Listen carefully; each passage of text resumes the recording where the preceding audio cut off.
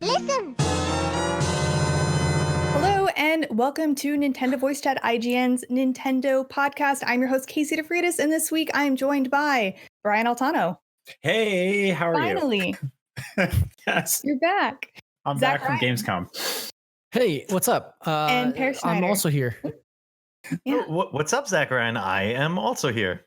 I'm also here. Well, I got busted. I was still working when the show started, so a lot of people will see what I look like when I'm typing emails. I see. This one. Perfect. Mhm. But this week we will be talking about Hyrule Warriors, Age of Calamity, how we really feel about Super Mario 3D All-Stars being limited release and ramifications behind that move, and of course about how much it costs. But I believe that obviously the biggest news this week, I mean, besides some other big news, but we don't really care about that on this show, is Hyrule Warriors, Age of Calamity is coming on November 20th. There you go. Yeah. There's your First impression? there's your November game. That, I mean, Again. so it comes out the day after Cyberpunk. I'm not happy about that. Yeah, that seems like a mistake. I will say that like this was a surprise for sure, right? Like this is in a year full of things leaking constantly. This was a pretty awesome surprise to find out there's essentially a prequel to Breath of the Wild coming to Nintendo Switch. If I just defined it as that, then yes, most excited man in the world. But this is a Musou game. It is, from Tecmo Koei. It is a warrior style game akin to Hyrule Warriors and Fire Emblem's Heroes. Is that what it was called? Mhm, I didn't play that one. Yeah. Which is great. Wait. Like if you is it? Let's get that No. right. Is it Heroes? Is that the one on the phone, or is Heroes the one? Fire Pair? Emblem Warriors is the one on Yeah, that's Switch. right. Okay. That's right. I see you out there, Fire Emblem subreddit. Relax. We got Zach, it right. Thank you for having my back on that one, Pear. You were dead to me. That's right. Pear, let it happen. You saw it. I didn't want to interrupt. Run it back if you want to see Pear absolutely roast Brian. Yeah, wait, no, you totally left me out to dry there. You're not. You know what? If I ever move, I'm going to call Zach, and Zach's going to come over and help me move, and not you, because we're not close friends. All I right. mean, Brian, that doesn't sound like a- for Zach. Brian, Beer, it's- pizza. It is really difficult to keep the names of the Warriors franchise straight, right? Like all of these games are so different in name, yet they're all part of the Warriors franchise. Dynasty, Hyrule. Warriors. Yep. And Uh-huh. and hence maybe the Fire Emblem game is called Fire Emblem Heroes. Okay. But all it's right. No, it's Warriors. Okay, let's move on. I can kick somebody We off of a interrupted Discord you call. so rudely. I want a Here's- Wario Warriors game. So from what I've been seeing overall, people have been accepting this overall positively. I Yeah. think if this was part of a bigger direct, I think people would have seen the beginning of this, thought it was Breath of the Wild 2, and then been kind of like taken by surprise that it's not what they're expecting. But because they were upfront, it was a standalone announcement. It's able to kind of shine on its own and not to be in the shadow of what people really, really want. Because now it's just a cool bonus. I understand why they did it the way that they did, but I have to say that having Aonuma start this statement by, we know that people have been waiting for news about Breath of the Wild 2 for a very long time. It's so cruel. What a Yeah. cruel way to start this, because like what a roller coaster of emotions, man. That was like, oh my God. Oh, okay. I see. Got it. I for some reason I did not. I was not expecting any news on Zelda, and so when he appeared, I'm like, cool, Zelda Picross or something, right? Like I instantly, when I saw him, I somehow instantly knew it wasn't going to be the sequel. But I thought they handled the announcement really well. They set the stage saying like it's going to be a while until you hear more information about the next game, but here's something to tide you over. And like I played the last Hyrule Warriors. I fired it up yesterday and played it a bunch with my daughter, and it's like these games are good. We gave them sevens. I think Casey, you reviewed one, right? I did. So Jose reviewed the original, gave it a 7, and I reviewed the definitive edition on the Switch and gave it a 7.5 for good. I know that our scale doesn't follow that anymore, but if I had to either bump it up or down, I would honestly probably bump it up to an 8 rather than down to a 7. I think the amount of content in that game is astounding, even though it is kind of repetitive. I mean, it's a Muso game. For Muso games, Dynasty Warriors, you're just fighting hordes of enemies. But with Hyrule Warriors Definitive Edition, you got like 31 characters, and right off the bat, you had 16 to choose from. And then on top of that, the story is actually, even though it was completely off the wall and bonkers ridiculous, it was still pretty. There's a lot to it, and there were a lot of really interesting. Man, I'm drawing a blank. Cutscenes that kind of gave more personality to a lot of the characters, and they brought characters from all of the different Zelda games. So I really enjoyed it. And then on top of that, you got a regular Legend of Zelda map to explore where you could. There's just a lot to it. Go read the review. 8-bit mode, yeah. Yeah, it's replaying it. I was struck by how much fun it is. It is fun to just kind of slash at these hordes of enemies and like get bigger specials and switching between characters and unlocking more. There's a lack of that kind of the final tweak and finish that Zelda games are known for, right? Like just even the way the camera feels is just super janky to me. Like by default, you can tweak a lot in this game, which is great. Right. But like everything just is a little janky still. Including the whole, like I've mentioned this before, like it sometimes feels like a Zelda imposter thing. Like you look at the characters and you're like, something is wrong with the way they act and they look and all of that.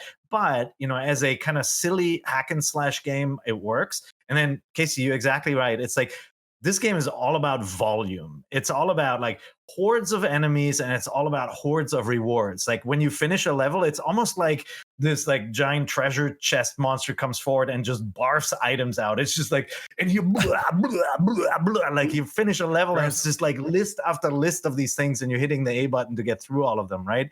Which is completely different from a Zelda game where it's like you find the hook shot and it's like this momentous occasion that's going to tide you over for the next 2 hours. Very different. Like to me, Zelda has always been about, and I think to most people, about exploration and adventure and discovery and combat has obviously always been a part of it, but not the whole part of it. It was never really that much of an emphasis on it that was the entire reason that I was playing those games. And I think that like removing a lot of those elements and just paring it down to this almost like frantic, chaotic, just waves and waves of enemies, and then these alarms going off like, you better go over here, you better go over here, you better do all this, you better do all that. It's definitely fun in its own right, and it's definitely interesting in its own right. And I think that like taking a franchise like that and adding the sort of Zelda flair to it is a really good idea. But to be blunt, like in a vacuum, I think that this is a great announcement. But when we were having conversations at the beginning of the year, how will Nintendo respond to the PS5 and the Xbox Series X and all that? The reality is that their big lineup this fall is a few ports of Mario games, which I love, but they're essentially just and Pikmin, a port of a Wii U game, and a Muso game. Like that's that's crazy. That's 4 old games and one very, very niche game in their one of their biggest franchises. So I totally get where you're coming from, Brian. It is a weird response, but we've talked a lot about on this show specifically that Nintendo doesn't necessarily feel like they need to compete with Xbox and PlayStation. They got their own thing going, and they're happy to, compete against themselves. Essentially, they just increased their sales projections for the Switch for the next quarter. I believe 30 million, and so like they're killing it. You can barely find Nintendo Switches right now. So for me to play armchair analyst and be like, this is not enough, is stupid, because it obviously is for most consumers. But I do think that it does feel a little thin for a year overall, all things considered. Right. Yeah, I agree. And the one thing to remember is that Nintendo's top selling games sell well for a long time, right? So we are definitely going to see more people buy Switches this holiday season, and they're not necessarily motivated by Hyrule Warriors or whatever Nintendo's December game is. There usually is one, right? Like what's the Xenoblade of this year? They're motivated by Mario Kart, and they're motivated by New Super Mario Brothers, and then maybe obviously Smash, but maybe some other games are starting to fill that roster. Like Paper Mario came out with what feels like little fanfare. It's selling well, obviously, but like I feel like Paper Mario can have legs into the holiday season too, because that's a really good game and it's an original installment. So hopefully they'll be able to lean on that. But yeah, it's not a Spider-Man, or it's not a Cyberpunk, or it's not even, it's not a Call of Duty that Nintendo's leading November with. It is a, hopefully better version of a Warriors game, because like I feel like the art style looks really good now, because it does look exactly like Breath of the Wild. Breath of the Wild. Even the key art looks like it could have come straight from, the Breath of the Wild handbook. Hopefully all of that makes a difference, and it does feel like a more polished experience. If not, it's going to be another kind of fast hack and slash that is fun to play for a month and then forgotten. I think it's also telling that they went to great lengths to reiterate the idea that they've worked very closely with Nintendo, and specifically the Zelda team on this one to continue or I guess set up the story for Breath of the Wild. And in that, I'm pretty interested in this game, just in the fact that it's more of that world and more of that story, which I love very dearly. I think Breath of the Wild is probably my all-time favorite game at this point. So anything that I can get more insight into that particular version of Hyrule, I'm definitely interested, but I'm just not particularly certain that the vehicle of a Musou game is where I would like preferential, like where I would prefer to get my that information from. So that was a clumsy way of saying that I'm like lukewarm excited about it. But So to recap, we do know that Age of Calamity specifically is going to be happening 100 years before the events of Breath of the Wild. So we got those memories, we got some glimpses of what happened back then, and those are the events that this is going to tell. So we know that some of the playable characters will be the champions, Dario Gravali, Mifa, Urbosa, Link, and Zelda, and there will be a lot more characters, but we're not really sure because we didn't get to really see who else was involved in. I guess it's a war, right? Like it was a war. Yeah, between... it's the Calamity War, right? Like that's the inciting incident of the first game. And that's where I think this might work, because to show a war between hundreds of enemies and hundreds of soldiers, I mean, a Warriors game kind of works for that. So I see there being certain levels, and there are occasionally puzzle elements to these Warrior games, especially the Hyrule Warriors one. I mean, they were super small and not anything overcomplicated or anything super memorable, but it is something that they can implement, and maybe they will implement that more when you have some more difficult fights. Like I know you will be having to protect the I'm drawing a blank. Divine beasts, when you have to protect the divine beasts. But the thing is, we already know the outcome of this war. So is everything just going to result in failures? Like how are they going to address that? Well, it could have the hopeful ending of Link waking up, right? And that's the connecting point for sure. But yeah, it definitely promises to be the Halo Reach of the Zelda games, right? Where, the world is doomed, and then, there's a hopeful spark in the end of Link getting saved and put to sleep for a while. Yeah, Which, I think if you think about it, doesn't that always happen with Zelda? Yeah, but everyone dies. Everyone but Zelda and Link die. Sorry, spoiler for but there's like a new Link and a new Zelda like every 50 years or whatever. Like it's I've always said the Zelda timeline is a plate of spaghetti. Like it's sort of just nonsense. Delicious. It's delicious too. The thing is, like I'm warming up to this game for sure, and I one of the things I was saying was that like the pessimist in me was like I really would have wanted Breath of the Wild 2 this fall, but I guess like the optimist is that now you have 3 Breath of the Wild games, which is cool, right? And so I totally see why people are excited for this. I totally understand why some of us would be a little lukewarm, because it's like absolutely it's not exactly what we were looking for in a Zelda game. But then again, I mean, Breath of the Wild wasn't exactly what I was looking for in a Zelda game, and it ended up being everything I wanted, minus some dungeons. Like it turned out to be such a special game, and I really hope that they're making the sequel perfect, and they are taking their time with it, because I want to see them build on that game meaningfully, and I think that this is a nice holdover until they're ready for that. And they're not developing it. Like this is out of their hands. I mean, they're part of it, but I saw some people being like, "Oh, why are they working on this instead of the Breath of the Wild 2?" And it's like it's not like it's not the same team. There's multitasking happening here.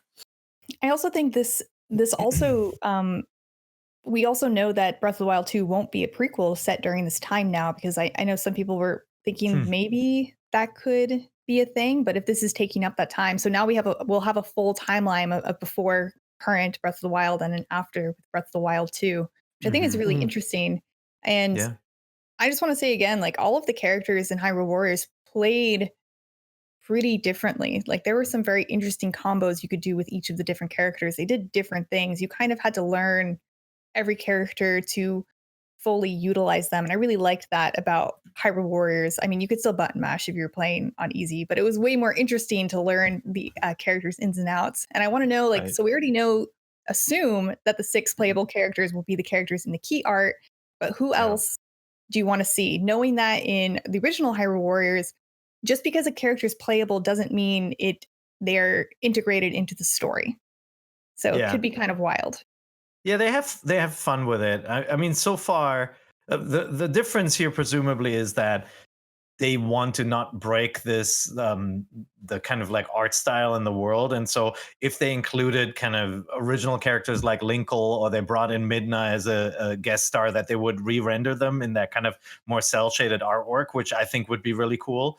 But yeah, it's an interesting question, because as you said it, like a lot of the people from the war are gone. And you know, like Urbosa, Mifa, the Rivali, they're kind of the exceptions, right? And a lot of the characters that appear in Breath of the Wild wouldn't have been around back in the days, right? Like a lot of the characters are kind of like the ones that were born in the aftermath of it. So, you know, the king, obviously, maybe we'll see a younger king participate in the battle in some fashion. You know, I kind of want old chubby king to participate in the battle. I like that idea of him just kind of being like a wrecking ball and rolling around there. Well, I think that they're going to get very they're going to get very loose with the canon on this one. So too, if you look at Hyrule Warriors, like they introduced Marin from Link's Awakening, and it's like, what is she doing here? She's fake, you know. Like spoilers. But again, Hyrule Warriors is not beholden to the Zelda story, and like it does sound like this one directly ties in with Breath of the Wild. Like this is meant to be a story prequel. It is a prequel. And so for a second, I was like, it'd be interesting if they went with just 6 playable characters. But by the way, there's one shot where you see somebody kneeling next to Link, and it could very well be Impa, for example. You know, like they're definitely characters that would be around in that canon, in that story canon in some fashion. But that'd be really interesting if they actually restrained themselves and they weren't the game of, you know, 30 plus characters and thousands of items and all of that. Interesting. Yeah, I think the stronger Muso games have a ton of characters to play as, which is why I think Hyrule Warriors was so strong. Like the first game I reviewed for IGN was a Muso game, and that game, I think it was Berserk and the Band of the Hawk, and it only had, I think, 4 playable characters. Oh my God. No, never again. Like not enough characters. 6 is not enough characters. This game has to have more playable characters than 6, and it has to have local co-op, or else no. Yeah. And you want Prince Sidon, right? Yeah, even though I know he was like a baby, or no, he didn't exist then. So he'll go through a portal. Yeah, it'll be fine. And then Beetle has to be there, right? Oh yeah, Beetle will be there for sure. Taking people's money. Hestu, the Korok seed. Okay, guy? I like that guy. Oh yeah. How about Epona? You don't ride the horse. The horse is. You could be the horse. The skeleton horse can be there. Oh, I like that. I like the skeleton horse is timeless. Hestu could throw golden poop at people. Yeah, there you go. That was the unlockable. Hestu would be great. Plus, Hestu is like 1,000 years old, so it really makes sense. And in the original Hyrule Warriors, you got to play as enemies too. Especially, they had some like weird out there enemies. Like they had like a Gajinka version of Volvagia, so they had like a humanoid version of a dragon boss. Like it made no sense, but he was there, so we could see some like weird things like that as well. But I really like the idea of like Hestu canonically just fighting 100,000 Bubble clients out in the yard for like a couple of years. Like, sounds great. It doesn't make any sense, but I love it. Just for the people who are gonna get mad, he knows they're not called Bubble clients. No. Jury's still out. We checked with Bill Trin, and he said that that's fine. Okay, they're not called Bubble clients. Yeah. Mhm. What, He what said are the doesn't big matter. ones called? What are the moblins called in Oh, your Bubble Kings. Bubble Kings? Okay, That makes yeah, sense. Mhm. Checks out. good. But that We- is about all we know about Hyrule Warriors Age of Calamity so far. We will be learning more on September 26th. So I guess maybe we'll be getting a full size direct at that point to kind of explain more. Maybe we'll get some more character reveals and see it, some more uncut gameplay. But I am looking forward to that. But before we move on away from Zelda, I did want to bring up that quote that Pear brought up earlier from Aonuma. And he said, regarding the sequel for Breath of the Wild, in order to make the vast world you enjoyed exploring in the original game even more impressive, the team is working hard on its development, so you'll have to wait a bit longer before we can provide more updates. And because of that, people have been speculating. Pear, what do you think? I think that sounds like we'll go back to the same Hyrule, the same map, with changes, obviously. So if this is the sequel, then whatever happened after the battle against Calamity was won, the kind of rebuilding or another attack happening, that's what's going to shape the map. And some people have speculated you go underground for certain things.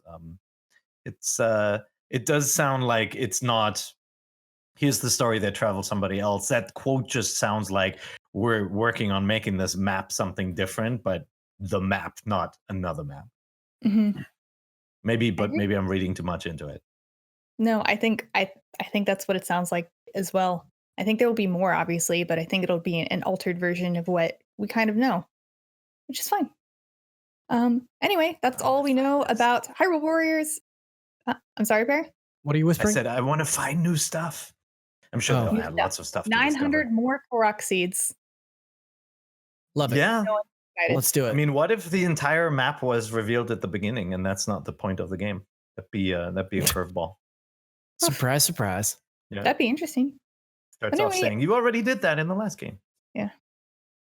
So last week we did do a whole bonus show that was way longer than we expected it to be about all the things 35th anniversary Super Mario Bros.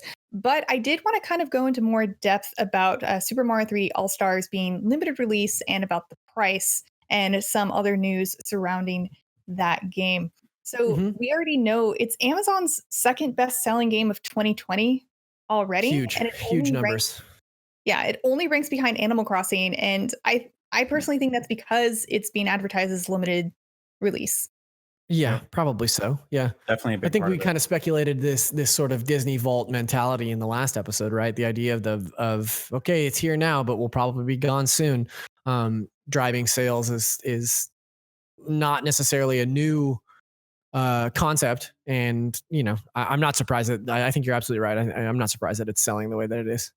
It's the Nintendo Classic / Super Nintendo Classic approach, right? Saying, hey, Mhm. this, get it now while it's hot, and then eventually it's going to be gone forever. Yeah, I mean, with a Smart. significantly less cool form factor or design, like Nintendo put up an official unboxing of the actual physical version of this game, and we were like, we have a Nintendo voice chat Slack channel where we're always talking about stuff like this. Even on holiday weekends, we're just like slacking each other about Nintendo stuff because this is who we are. And there were a bunch of people when this first got announced being like, "Oh, I bet they're gonna put some special stuff in the box." There was that New Super Mario Brothers All Stars port that came to Wii that came with like a booklet and some nice packaging and like a special case and stuff like that and a cool looking disc. This is about as bare bones as it gets. There is no making of stuff. There is no, to my knowledge, on the cart at least. I mean, to all we know is that on the cart is a music player, which has a bunch of classic songs, but there's nothing included in the package itself, like of old reference material. Like I look at the Hyrule, those Hyrule Historia, I believe they're called, those books. Yeah. If not, I'm just terrible with names today, and I'll just get even more mean comments, and I deserve them. But there's 3 books based on like the making of Zelda and concept art, promotional art, just paintings, all this great stuff, and it's none of that is here. And this would have been such a fantastic time to capitalize on that and put all that stuff in the package. You look at what Capcom's done with the Mega Man collections and stuff. It's just Right. so cool. I mean, it even the Street Fighter collection. Like I've never been super great at that game, but I bought that collection because of the archival stories it was telling, sort of under the hood. I'm such a geek for that stuff, and I wish they had included that here because I feel like this is such a great time to reflect on the history and the creation and the lineage of this franchise and this character, and they just didn't. Do you It's think also it's a Plan interesting- B game? Do you think it's maybe it's a Plan B game in that Super Mario 3D World was supposed to be the game this season, like the remake coming with the add-on pack, and like the whole coronavirus situation pushed that game back, and so they're like, hey, Plan B, re-release 3 classics right now rather than doling them out one by one later on the eShop. I don't know. Maybe It is maybe, really weird, be. right? Like Mhm. it's Yeah. not. It can't be that hard for Nintendo to gather all this information and put it together, but it would take an archivist, would take somebody at the headquarter to do this, and that's kind of hard to do right now, right? In this situation, Right. Yeah. Mhm. Yeah, that's What are you true. gonna say, Zach? I don't remember. Okay. Well, I was going to say we talked about the Giga Leak a little bit on this show. A ton of stuff came out of that specifically around Super Mario right, 64, and Mhm. so the audience knows that stuff exists. And I mean, I just look at like what Xbox did the other day. Like their new console leaked, and at 3:00 in the morning, they're like, "Oh crap! Yeah, you guys are right. Here That's it is. It's perfect. real." I Yeah. think they handled that well. I don't think Nintendo needs to have their hand forced in a situation like that.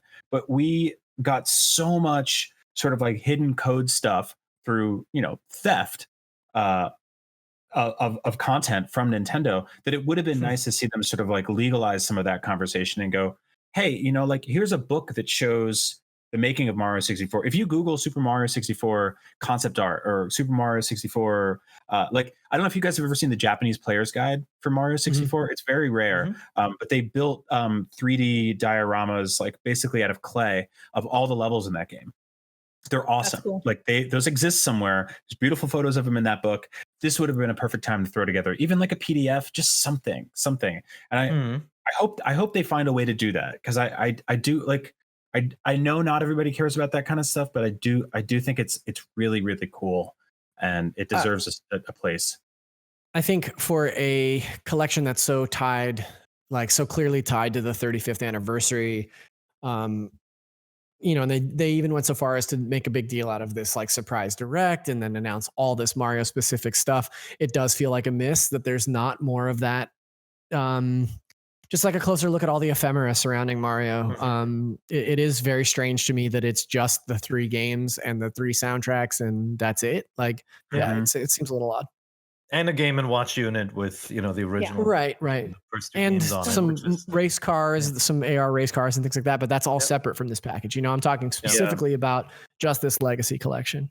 Yeah, no, I agree. I think overall it's a cool celebration because there's so much to it, right? Like so many different pieces of the puzzle that make up this 35th anniversary. But yeah, the part that we really care about is kind of missing that little museum of Mario that was so cool about the Wii collection. Well, would love to see that again.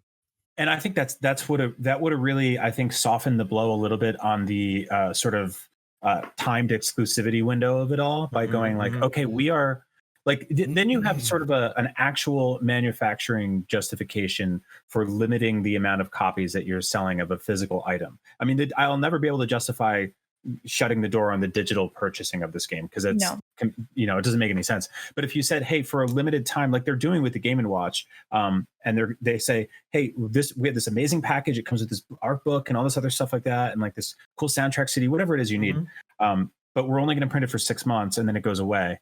Then I would go, okay, like I understand why you're doing that. Like this is how collector's editions work in general. This is how most you eventize stuff like this. This is just it's an off-center logo on a Switch cart inside of a Switch case with a reversible sleeve. Like that's it, literally it. And so even though it's not coming with anything, people are already trying to scalp it on eBay for more than $100. It's I already crazy. bought 3 Pre-orders are copies still for alive. $100 each.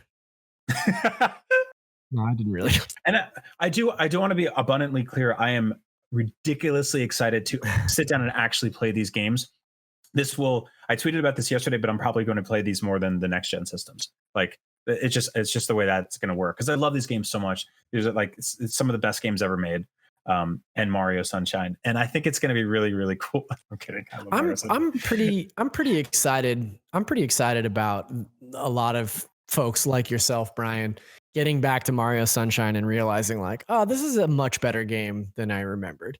We I talked a loved little it. bit about this. Yeah. We talked a little bit about this on the bonus episode, but you know, when you release something that is so monumental, so watershed as Mario 64, like how do you possibly follow up on that? Like how do you possibly More watershed? What do you guys? Yeah. I must have been in there rattling around in the back, but yeah, you know, like how do you possibly follow up on that? So I think at the time, anything would have been a disappointment. So yeah. No, I love it. Mario That's all I have to Sunshine. say about I'm that. very excited Yeah. to play it again. It's one of those games that kind of throws a wrench in, you know, the theories that Nintendo just keeps remaking the same Mario game, right? Like, because that one Right. is so different. Everything about it feels different, except for, you know, the control of Mario, obviously, and the world. But yeah, it's I was talking to Zach earlier. I'm amazed that Nintendo has never brought back Flood as a power up, right? Like they've recycled power ups from game to game, but like the ability to have this backpack that lets you hover is something that they didn't go back to in Odyssey or any of these mainline games. They've thrown it in Smash, which is cool. You know, that's close enough. But I'm totally with you because we've seen. I mean, there's actually a bunch of power ups, like even like the Beekeeper costume in Galaxy never really returned, right? There's did Metal Mario ever really come back? Trying to remember. I don't think so, right? No. Yeah, I mean, I guess they're the cats. I don't know if we got metal cats. But yeah, they're kind of weird with power ups on the 3D realm because I feel like the 2D stuff cycles in and out a lot. Yep. But I did wanted to go over. So even though the game isn't coming with much of anything, really nothing extra except for the soundtrack, it's still going for $60, and that has created some turmoil. For example, online and also in our own NVC podcast forums on Facebook. And we were written to by John Kosel. And they said, I just wanted to point something out on the Super Mario 3D All-Stars pricing. The last time they sold Mario 64 as a standalone, it was on the Wii/Wii U Virtual Console. It sold for $10. Mario Galaxy on the Wii U goes for $20. And if we assume that the value of Mario Sunshine is in the middle, then that would be $15, bringing us to a total of $45. Since bundles are often cheaper than buying products individually, I would have thought they'd sell this for $40. And then he brings up the turmoil. And then he says, thank you for your time and thanks so much for making a great show. I know they did do some up-resing for these games. So they're not direct ports. They are HD 1080/720. So there is some work that went into them. But I don't know. Do you think that warrants the increased price? Well, you're not getting them. You're getting it on cartridge too, right? So there's the added cost of that, and like that means Nintendo is always gonna. Well, Nintendo's always gonna charge just a little bit more. But like your logic is absolutely sound. You know, if all things were created equal, and by the way, these are old prices, right? Like you could argue that they should be cheaper now because time moves on and new games come out. And yeah, like $39.95 would have been a really fair price for this collection. And 60 sounds a little high for something that doesn't have anything special and new in it. And presumably, you know, we'll have to see what the final games are like. But, you know, it doesn't sound like they fixed a lot, right? I feel like Nintendo is looking at the sales data on Amazon and they're like, that's a nice suggestion. That's very kind of you. Yes, $40 is a good idea. But have you seen $60? Because we have, and it's great. Yeah. Like that's the issue with supply and demand. Is like they, you know, I remember when they ported Tropical Freeze, everybody was like, it's crazy that this is this much money. Like this, that had been reduced significantly on Wii U by that point. And it was pretty much just a drag and drop, you know, with a little bit of Funky Kong thrown in. And yeah, I was going to say, you're paying for a Funky Kong premium on that one. Though, so. He's got to run his deadlines, man. The mean, like with Donkey Kong, you could have said, well, just wait until it drops in price and then buy it. And, you know, I just finished the Switch version this weekend and it's awesome. Like it's a really good game. And you could have waited a couple of years to get a lower price if you really cared. You can't do that with the Mario collection because it's going to be gone. So, right. Yeah. Right? It'll never price drop. I mean, Nintendo Switch is 3.5 years old now for how like, and still hasn't gotten a price drop. Not once. Breath of the Wild hasn't gotten a price drop, right? Mario Kart hasn't. No. Nintendo, that's the other thing. It's like not only do they come in with a very high price, they keep it there for longer than pretty much anybody else does. Yes. And so, but they sell in tons of units, and so in their mind, they're doing the right thing, and consumers are happily handing over money. And so I think it's just a vocal minority saying, "I wish it was cheaper." I mean, we all wish it was cheaper, but I don't know. Like I think most people feel like it's very high. It's priced a bit too high, and that's everybody's right? Like if you do the math, it's the second highest selling game of the year in 2020 on Amazon. So there's not a ton of people that feel that no, it's priced too high, right? No, but people feel that way, but they're still going to buy it, right? Like I feel objectively that it's priced too high and they could have done more with this collection. And Brian just said the same thing, right? It would have been nice to have all the archival stuff in it, but we're still going to pick it up for $60 because they're three incredible games that are going away. Yeah. That are not going away. I think that is a big part of it. Yeah, of course. I think you can. Well, I mean, that was the whole thing with the Disney Vault, right? Like, it wasn't just that stuff went in there; it was that it came back out, and it was a big deal every time it did. They'd be like, "Pocahontas is going away for a few months," and then Pocahontas would come back, and it would be like, "Oh, Pocahontas is back! Great." I don't think anybody cared about that one. No, I was gonna say Pocahontas could go away for a long time. That's fine. Come on. It's like one of the worst Disney animated movies. It's not great. But no, I do think that like.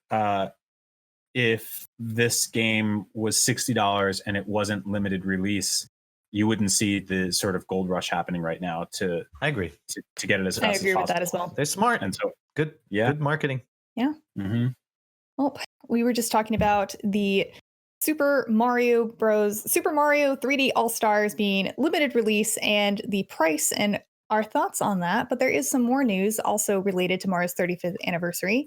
And basically, we found out there was a page that stated Super Mario Maker 2 Ninja Speedrun event was actually set to take place in April this year, almost 5 months before any of the celebrations were actually revealed. So that kind of suggests that all of this was supposed to be announced 5 months prior. So does that mean that the games that we're getting next March were also supposed to be bumped up 5 months prior? So it is some speculation, but the page has now been taken down, so you can't look at it. But we do have an IGN article about it. And it was discovered by Wario64 on Twitter. So thanks for that, Wario64. So in like alternate timeline 2020, the Super Mario 3D All-Stars collection is about to go back into the vault forever, right? Mm-hmm. Right. Yeah. Weird. We would have been playing that all summer. That's right. Also, and seeing movies in theaters, hanging out. Maybe the sky wouldn't be, the Blood Moon Rises Again time. All day. Yeah, the sky used to be blue. That's true. Yeah, the sky used to be blue. Now it's orange, shades of red. It's like diarrhea brown here. Really? Yeah, no, you're right. It's like kind of yellow now. It's not good. For those of you who don't know, nice. In the Bay Area, California, the state of California is on fire. So everywhere from Los Angeles all the way up to like Seattle, Washington, and Oregon, everything is disgusting and orange and gray, and it's terrible. Mm-hmm. Yeah, and it's raining ash. As 2020 continues to be the worst year. Yeah, if we seem a little down today, pardon the dust or whatever, because it's literally because there's literally ash on everything, and we our brains all think it's like 9 o'clock at night in the middle of winter right now. So I was very confused when I woke up this morning. Mm-hmm. But thanks for sticking with us. Yeah. But also in other news, there's another patent for a new Joy-Con from Nintendo. This one looks like a standalone Joy-Con. The patent is from May 28th, registered this April, and it looks like it just doesn't attach to a Switch. So maybe a standalone Joy-Con to use with the Switch Lite to take advantage of games that need Joy-Con. Mm-hmm. Who knows? Yeah, I think that's the best theory because the question is, would this be timed around the Switch Pro? Presumably, if the Switch Pro is still going to take the route of being a versatile machine that you can play handheld and dock, and it's not just a 4K box like the next gen consoles are, and you're not able, it doesn't have a screen, then I would suppose that these Joy-Con could be done in the style of the Switch Lite, and that's why they don't have a slide on and a charge rail and all of that. But yeah, it's what do you mean in the style of a Switch Lite? Like, I'm sorry, I'm having trouble wrapping my head around. Well, what you're describing. the current Joy-Con have a a rail that you can attach it to the Switch. Slides and charges. Yeah. The Lite doesn't have that, right? And so, like, if as a Lite owner you want to play multiplayer on the tiny screen with your friends, you don't really need the Switches with the rail on it. It's like it's actually, they look worse, they feel worse. So they could be releasing a model that is designed only for player 2, 3, and 4. But honestly, my reaction to this was another week, another patent. Right. Nintendo has done so many patents, and I listed some of them for you guys here. There was in 2016, they showed off a patent for a wide Joy-Con. So same Joy-Con, but double the width of the regular one. They showed off at the same patent registration. They had showed off is the wrong term. They had a Joy-Con with a D-pad and no stick at all. So unlike, the third-party ones, no stick at the top. They had a Joy-Con with a D-pad and a big A control button, as if it was almost like the GameCube.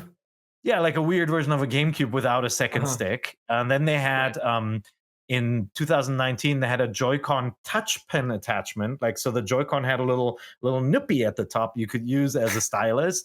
And then later in the year, they had a hinged Joy-Con. Do you guys remember the hinged one? I do remember the hinged one. Yeah, so, that was weird. Yeah, the entire top of the Joy-Con was tiltable like this, while they, you could still slide them on, but had a different kind of function like that. So they've been registering patents around these attachments forever. And, I just rattled off half a dozen of them, and none of them have ever come out. So might be the faith of this one too. This talk about controllers, I'm going to backtrack for a second. It just has me remembering in Mario Sunshine, you used the analog triggers on the GameCube controller to control the flow of the water, but the Joy-Con and Switch controllers don't have that. Mm-hmm. Correct. And you can't use the GameCube controller with Mario Sunshine in the collection, as far as I've heard. Correct. So we don't know yet what the solution is. Speculation says that straight up can't use the GameCube controller. Yeah, but speculation so far was that you just use tilt control to adjust the flow. But then the places where you actually use analog spray in the game aren't.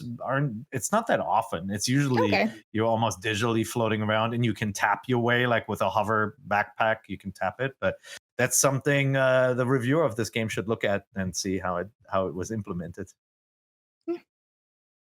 I see. Yeah, sorry for that being completely sidetracked. Who's reviewing that game for us? Huh? Nobody knows. Who's reviewing? Nobody knows? Okay. I hope it's someone who has some sort of level of skill. It's going to be a watershed moment for IGN. Now, I hope the reviewer doesn't spray words all over the place. Yeah. Yeah. Anyway, that was about... it's good for them to get their feet wet, though. Yeah, I agree. I am deeply uncomfortable with this conversation. Yeah. Hopefully this review is a ray of sunshine. Moist. About Joy-Con and Mario's 35th anniversary having been delayed for 5 months. And this is the time where we would usually talk about games out this week, but there are so few games of interest that Tom didn't really have any to suggest to us. But Tom slacking off yet again. Unbelievable. Never. He's not slacking off at all. But Minecraft Dungeons Hero Edition is out this week for $29.99, and it also includes some extras as well as access to the DLC Jungle Awakens and Creeping Winter when they become available. And Creeping Winter DLC is available now, so you can pick that up if you're looking for a co-op dungeon crawler. And very quickly, this one just caught my eye because I used to play this as a kid, but there's a new RPG Maker. It looks pretty cool, and the RPG Maker player is free, so you can make your own RPGs with all these built-in tools. I haven't played an RPG Maker in forever, but they were pretty cool, 15 years ago, so they're probably still pretty cool. Who knows? Maybe even better than ever. Yeah, it could be better. Who knows? I don't know. Will we be reviewing this game? I don't know, but you can go check it out. But that's about it for games out this week. So let's talk about games that we're playing. Zach, what are you playing? Well, I played about 5 minutes of Spiritfarer earlier this week because I was missing my boat friends. Didn't have a ton of opportunity to play much of that. I am playing a different game that I can't talk about yet. In fact, some might even say that there are multiple games within this game. Maybe there are 3 of them. I don't know, but can't really talk about that. You might notice that I've been quiet for a lot of this show because of reasons related to this game. So That's super yeah. news. Yeah. What a So there we mystery. go. I know. Who would know? You guys will never be able to solve it. No. Maybe Zach will flood your ears with some impressions down the line.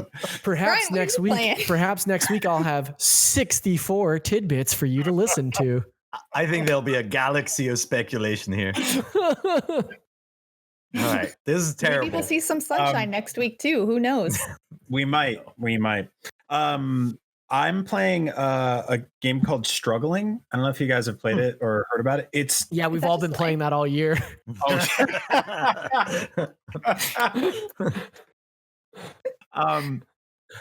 Struggling is, you can play it in single player, but I'm playing it in co-op on Switch because it's super fun. You basically split the Joy-Cons off and you play as this deformed, two-headed, mutated creature with two arms that escapes from a science laboratory and has to survive. And each player controls a different limb, and you can basically wiggle your arm around and grab stuff and then tear your arm off and stuff like that. And it's almost like QWOP. It's like a sort of like David Cronenberg version of QWOP, where you are playing as this like freakish mutated sci-fi monster, and you have to communicate and collaborate, which if you've ever played, stuff like Snipper Clips, it involves like screaming at each other and hoping for the best and solving puzzles together. It's essentially a platformer, but because it's a side scroller, but it's just consistently really funny and just horribly grotesque. And I really dig it. Like we played it for like 2 hours last night. I was just like in tears laughing the entire time. It looks a little bit like it looks like Getting Over It or something like that, right? Like yes, yeah. It's like a game. It's tailor made for streamers and just spectating and seeing somebody play Interesting, because it's tough. Yeah, yeah. Check it out. It's That's on cool. Switch and PC now. I think Nice. it's $15. What about you, Pear? What are you playing this week? So as I mentioned, I finished Donkey Kong Tropical Freeze. Played that in co-op with my daughter, and that game is really good. It's mean. I curse retro so many times, like the special levels, the high difficult levels without checkpoints and stuff. You just want to strangle the designer for them, but it's so creative. It has so many great parts in it. The minecart rides are just such a joy in this game, but also made me very angry. And then I played a little bit of Hyrule Warriors DX too, just to kind of get the feel for it as well. That's going to be our next co-op game to tackle. But speaking of co-op, my favorite game this week actually that I played is Unrailed. Have you guys seen that? There's a demo out for it. No. Download the demo. No. It's kind of like an isometric game where up to 3 players can work together to create a train track for a train that keeps moving forward. And if it runs out of track, it's game over. And so in order to build the train track, one player has to grab a pickaxe and mine some rocks. The other one has to get an axe and get some wood. And you load it into this cart on the train, and then you get train tracks out of it. And like when the train gets too hot, everything catches fire, and you have to get a bucket and get water and put the fire out. Otherwise, it doesn't produce new train tracks. And then, the difficulty increases, and there'll be robbers showing up who take your stuff, and you have to build bridges over water. And it's a little bit like Blast Corps, where you're constantly running out of space. You have to constantly stay ahead of this train. It's really fun. It's like this kind of zoomed out perspective. Graphics look very blocky like Minecraft. And as you progress, you upgrade your train, you speed up the production of parts, you unlock dynamite and stuff like that. It's really, really fun. But definitely probably best in couch co-op. And that's how I've been playing it. I'll check out the demo. That sounds really fun. That was good. That sounds pretty cool, yeah. There are a couple of other puzzle games. There's Active Neurons. I played the demo of that one. Seems fine. Not something that knocked my socks off. Like a very straightforward kind of block solving maze game. Like in Zelda, when you're like in the overhead games, you push a block and there's only one solution to the puzzle and how you can do it. It's similar to that, but a whole game with kind of like neon graphics. And then there's Avicii and Vector, which is basically think of like Thumper matched with Star Fox a little bit. It's a rhythm game on tracks where you have to hit the button to the beat, and you have to shift tracks in order to get all the beats. And then it goes into like some kind of Star Foxy sections where you have to navigate and fly around asteroids and stuff. It's pretty well made as well, but not exactly my kind of game. I'm much more into Unrailed this week. Mm.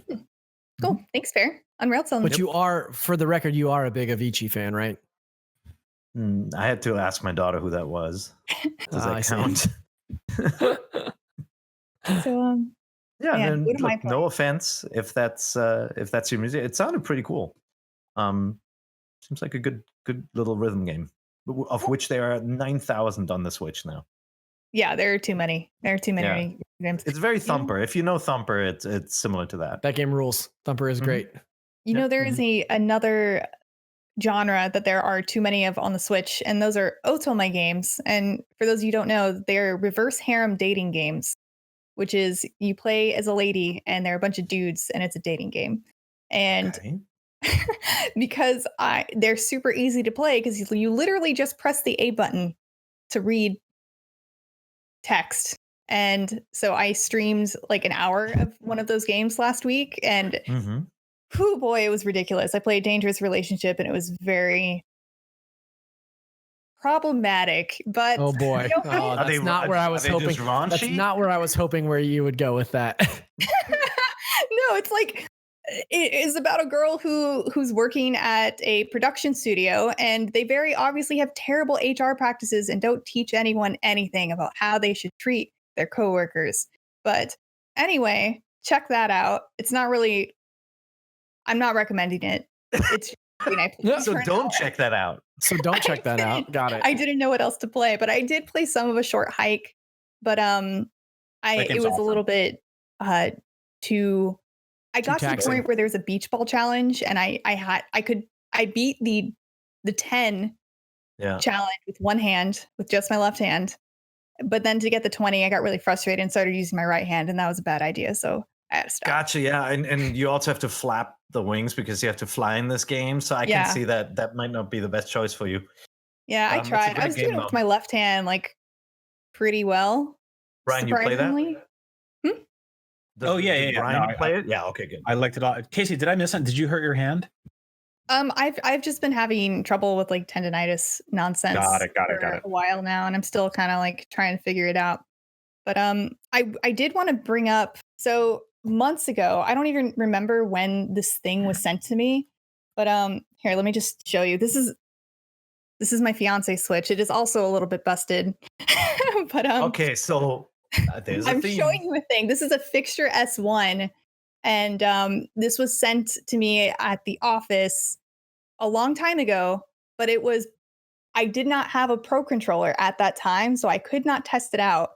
And then when I got a Pro controller, I could no longer play games with the Pro controller, so I haven't tested it out. But my partner did yesterday, and he gives it a thumbs up, and you can buy this, but it's cool. Like, you have your screen in the Pro controller, and then you can play it. How do I explain this for audio listeners? You snap the controller into a like 3D printed plastic part, and then you slide in your Switch screen above it, and then it has it balances. So when you're holding it, it doesn't make your hands tilt one way or the other. So you can kind of play with your Pro controller portably. It's pretty cool. I got one of those like E3 last year. They're really awesome. I believe it was E3 last year's.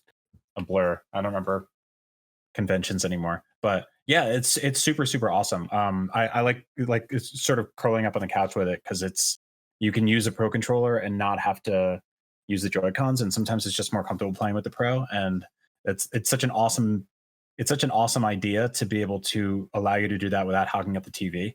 Like it's combining two uncombinable elements of the Switch and still making it something you can play in like a comfy way, which I really dig.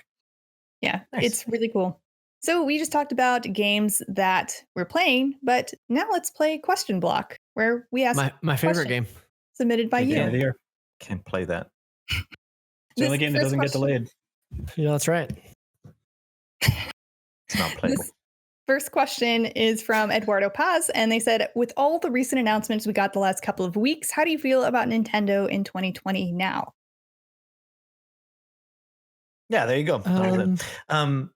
I mean, better than disaster. I was a little bit worried when they were so quiet around the June timeframe. When we were expecting the kind of traditional E3 announcements, and I was like, ooh, maybe they're impacted much worse than we expected. And it wasn't just Breath of the Wild 2 that got delayed out of this year, but like the Pikmin remake, the Mario collection, all of that stuff, and then honestly Paper Mario, and now this Hyrule Warriors at least create some fun this quarter. I mean, we should be getting, I know it's not first party, but kind of. We are getting Pokemon Snap this year, Yep. maybe, hopefully. Oh yeah, there's Snap too. That's right. Mhm. Yeah. Yeah, So I it's mean, not. and- I would give it a B minus.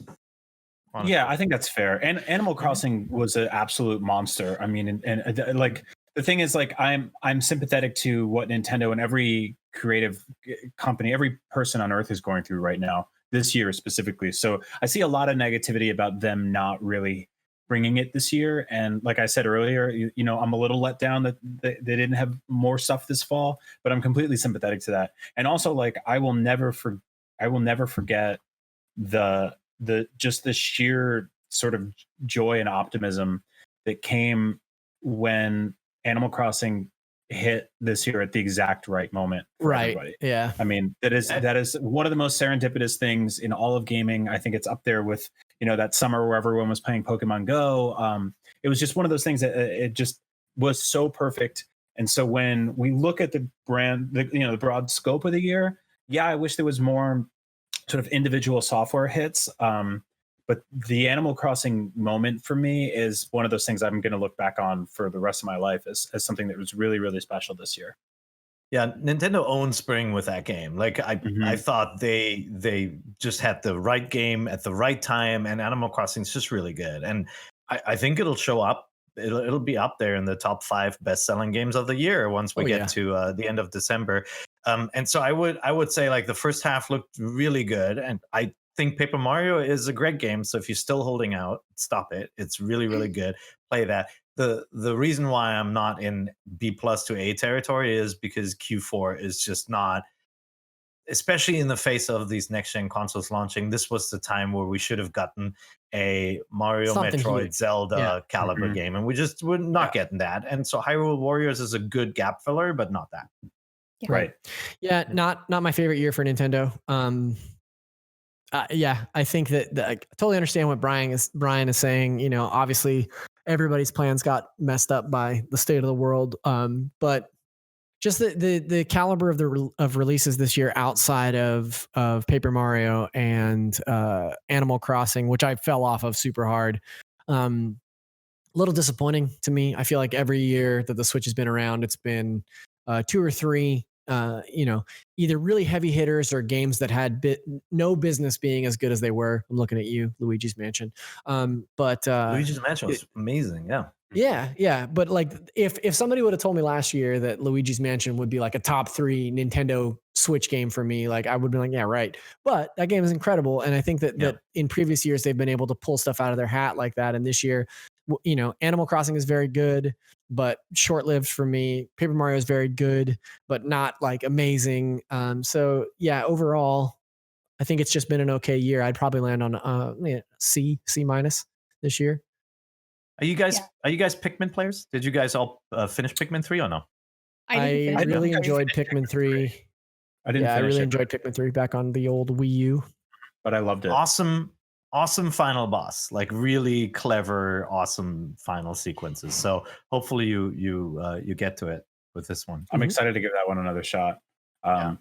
It's definitely a weird year. I mean, I think I forgot to mention before, while the Breath of the Wild Hyrule Warriors thing is not necessarily for me, last year they remade my favorite Zelda game of all time. And so I'm good for a while, like that's like, that was like one of those things specifically designed in a lab for me. And, obviously Zach as well, who has, a huge love for the original version of that game. And so, it's not everything is. We've talked about it on the show. I'm not a huge fan of the remake of Link's Awakening, but but you like the original game, right? But I love the original for sure. Yeah. Okay.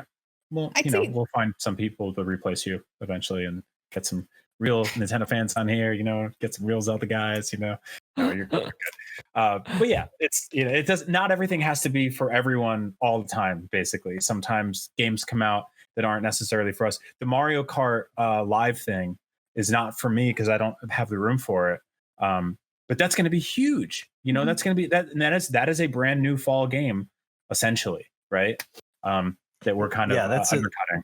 That's a weird one. It's a little bit more like Labo for me, like just like the Game and Watch is like the NES Classic. This is kind of like the crazy toy stuff. But yeah, I forgot about that. That's coming out too. This year has a lot of re-releases where they are remastering games. I mean, we got Xenoblade Chronicles, we're getting Pikmin, we are getting completely Mario forgot games. about Xenoblade. Yeah, we got. I know none of you care that much about it, but Rune Factory 4 Special. We also got Tokyo Mirage Sessions. We got a lot of. Oh, that was this year too. That's right. Yeah. Yep. That's a good game too. I did review updates for both of those guys. Those games. Oh. But I thought you were talking to us. Yeah, I reviewed all of you. You didn't see? No. Yeah. But, I think all of our scores would go down from wherever they used to be. They've all gone down. Yeah. You're right. And I actually, I'm a big fan of bringing back games. Obviously, we've got Wonderful 101 2 through the whole Kickstarter campaign there. I think it's great that some of these underplayed games are coming back. It just that can't be the foundation of your entire strategy. I think Nintendo is getting some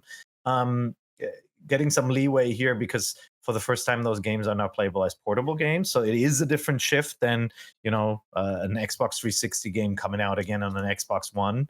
But I want to see them just knock it out of the park with new installments in their best franchises, like what we've seen with Breath of the Wild and Smash and Mario Kart. Oh, we actually haven't gotten a new Mario Kart in a long time. And obviously Fire Emblem was an amazing game too for the Switch. So I want more of that. Yeah. No, I agree. I think this year was a great year for people who did not have a Wii U and did not play Wii U games, because you basically got a bunch of games that you've never played before that were great. Seriously. It is most people, yeah. I think right now, it is sitting at it was going to be a C+, but it's a B if Pokemon Snap comes out this year. And I think I'd bump it up to a B+ or an A if Rune Factory 5 came out this year. But look at you. I mean, because when I get a game that I'm really into, it can make my year. But right now, I don't. Is there no new mainline Pokemon this year? There are DLC packs. And the first one already came out, and the next one should be coming out sometime this fall, but we haven't heard anything, so I don't know if it's delayed. That feels weird. Yeah. Aren't they rumors of X and Y remakes or something? Or? There's always rumors. Okay. They have been going down the line and remaking games, but they haven't remade anything past the Game Boy Advanced era. So I don't know. Maybe they'll dip into some DS games next. That's right. Maybe that's a December update there. But that is about all we have for this week's Nintendo Voice Chat. Thank you so much for watching. Brian, Parrot, and Zach, thank you for joining me. I appreciate it. And remember, you can watch Nintendo Voice Chat every week on Thursday at 3 p.m. Pacific time on your favorite podcasting platform or YouTube or IGN.com. Look out for our posts in NVC Podcast Forum, where we will be calling out for your video comments that we will play next week. And the question will be in that forum as well. We'll also post the article, and I think we'll promote it on Twitter. So follow Nintendo Voice Chat, NVC Podcast on Twitter. And that is about all you need to know about us. And remember, Nintendo Voice Chat is the only place you can get the thing. Close your windows, don't breathe ash. In unison, no less. Mm-hmm.